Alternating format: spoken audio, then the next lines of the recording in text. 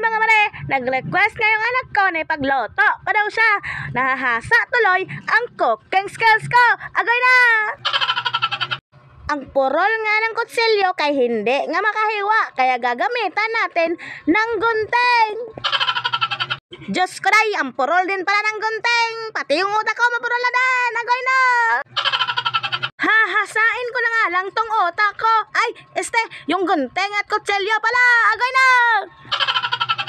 Pakuluan nga muna natin tong mga baboy bago pa kumulo ang dugo ko. Naglaga pala ako ng itlog dyan kaya pakainin ko kasi kay Adriana si Bunso dyan. Ganyan din ba yung ginagawa niyo mga mare? Tinutok-tok niyo yung mga itlog nyo. Agay na! Si Kuya Adrian at si Bunso nga muna ang unang pinakain ko dyan. Kaya okay lang naman kahit magutuman ako. Kaya busog naman ako sa pagmamahal. Ay, talaga ba?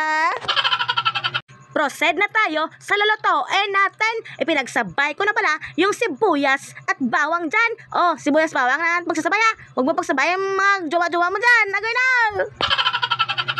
Naglagay pala ako dyan ng liquid seasoning. Kaya gagawa nga ako ng trip ko sa buhay kung anong gusto kong lutuin. Agay na!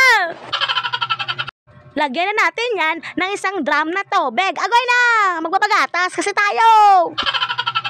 Palambutin lang natin yung mga baboy ng 3 years. Ang tagal naman!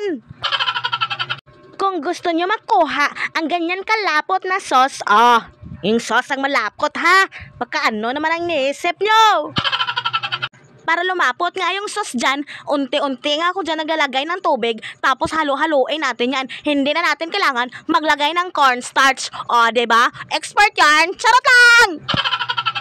Please don't forget to subscribe and click the notification bell para mas updated ka sa aking mga videos. Pakiusap naman po! Siya, mga mare, para at kuya, thank you for watching!